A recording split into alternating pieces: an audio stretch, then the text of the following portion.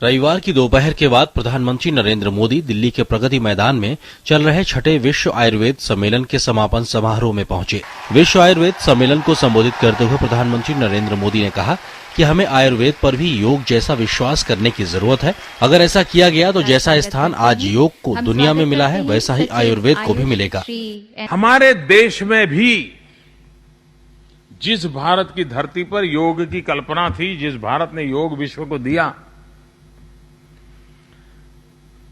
हम लोगों ने मान लिया था योग ये हमारा काम नहीं है, ये तो हिमालय में रहने वाले ऋषि मुनियों का गुफाओं में बैठ करके साधना करने वाला प्रकल्प है। जिस योगा से हम भी जुड़ने को तैयार नहीं थे, उस योगा से अगर आज दुनिया जुड़ गई है, तो जिस आयुर्वेद के बाद में हमारी आज उदासीनता है, कल उस आयुर्वेद से भी दुनिया जुड़ सकती है।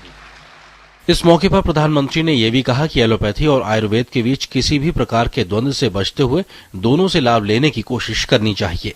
जब तक हम ये न कहें कि भाई एलोपैथी एक रास्ता है, लेकिन आयुर्वेद ये जीवन पद्धति है,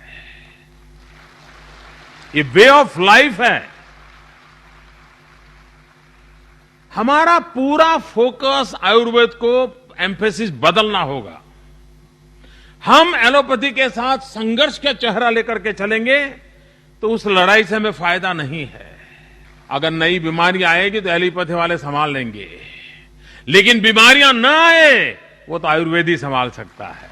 3 दिनों तक चले इस सम्मेलन में विदेश से आए करीब 400 प्रतिनिधियों के अलावा 4000 से ज्यादा प्रतिनिधियों ने इस समारोह में हिस्सा लिया। इनमें 5 पूर्ण अधिवेशन, 15 अनुसंधान विषयों पर और 25 तकनीकी सत्र आयोजित किए गए। Bharat, Germany, Italy, America, Argentina, रूस और अन्य देशों के वैज्ञानिकों ने भी करीब 750 पत्र पेश किए। छठे विश्व आयुर्वेद सम्मेलन को संबोधित करते हुए प्रधानमंत्री नरेंद्र मोदी ने आयुर्वेद के क्षेत्र में मूवमेंट चलाने की बात पर बल दिया। उन्होंने कहा कि जिस तरह योग दुनिया भर में चर्चा का विषय बना हुआ है, आने वाले समय में आयुर्वेद पद्धति से भी लोग जुड़ जाएंगे। कैमरामैन विनय तिवारी के साथ गिरीश निशाना, डीडी न्यूज, दिल्ली।